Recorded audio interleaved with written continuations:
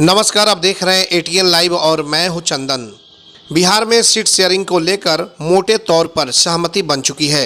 राष्ट्रीय जनतांत्रिक गठबंधन के घटक दलों ने सीटों का बंटवारा कर लिया है। भारतीय जनता पार्टी ने भी मंथन जारी रखा है और कई नेताओं का टिकट कन्फर्म कर दिया है। हालांकि कुछ सीटों पर संशय की स्थिति बनी हुई है।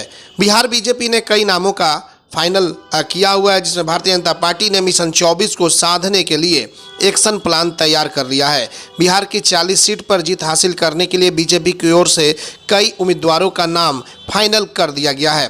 परफॉर्मेंस के आधार पर यह तय माना जा रहा है कि कुछ नेताओं का टिकट कन्फर्म है और लगभग उनके नाम पर सहमति बन चुकी है। बिहार में भाजपा के कुल 17 सांसद हैं। कुछ सीट सहयोगी दलों के खाते में जा सकती है।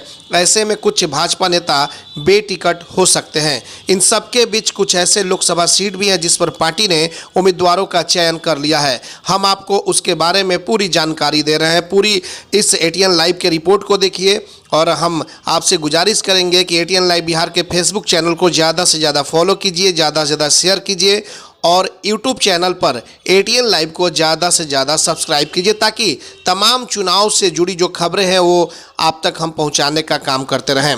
संजय जायसवाल जो कि पश्चिम चंपारण से सांसद हैं और पूर्व प्रदेश के अध्यक्ष भी संजय जायसवाल जो है, उनका टिकट कन्फर्म माना जा रहा है। संजय जायसवाल को 6 लाख से अधिक वोट मिले थे और भाजपा का वोट शेयर 60% का रहा था। गोपाल जी ठाकुर, दरभंगा के सांसद गोपाल जी ठाकुर का भी टिकट कन्फर्म माना जा रहा है। गोपाल जी ठाकुर को पिछले लोकसभा चुनाव में 5,86,000 से अधिक वोट मिले थे। 2024 में भी गोपाल जी ठाकुर दरभंगा से उम्मीदवार होंगे। पिछले लोकसभा चुनाव में दरभंगा में भाजपा का वोट शेयर 61% था। जनार्दन सिंह सिग्रीवाल, महाराजगंज के सांसद जनार्दन सिंह सिग्रीवाल हैं। जनार्दन सिंह सिग्रीवाल को पिछले लोकसभा चुनाव में 5,46,000 से अधिक वोट मिले थे और माना जा रहा है कि इस बार भी महाराजगंज से उम्मीदवार जनार्दन सिंह सिग्रीवाल ही होंगे। महाराजगंज लोकसभा सीट पर पिछले लोकसभा चुनाव के दौरान भाजपा का वोट शेयर प्रतिशत 56 रहा था। सीट अगर दूसरे गठबंधन में गई तो जनार्दन सिंह सिग्रीवाल को परेशानी भी हो सकती है। भाजपा के फायर ब्रांड नेता और मोदी कैबिनेट के मंत्री गिरिराज सिंह बेगूसराय के सांसद हैं। गिरिराज सिंह अमित शाह और मोदी के करीबी भी माने जाते हैं। गिरिराज सिंह को पिछले लोकसभा चुनाव में बेगूसराय से 6,92,000 से अधिक वोट मिले थे। बेगूसराय में भाजपा का वोट शेयर 56% था। गिरिराज सिंह को लेकर यह भी माना जाता है कि उनका लोकसभा क्षेत्र हर चुनाव में बदल दिया जाता है। पहले वह नवादा से चुनाव लड़े थे, फिर बाद में उनके क्षेत्र बदलकर बेगूसराय कर दिया गया था। हालांकि गिरिराज सिंह की उम्र भी 70 से पार हो चुकी है। केंद्रीय गृह राज्य मंत्री नित्यानंद राय उजियारपुर से सांसद हैं। नित्यानंद राय अमित शाह के करीबी माने जाते हैं। पिछले लोकसभा चुनाव में नित्यानंद राय को 5,43,000 से अधिक वोट मिले थे।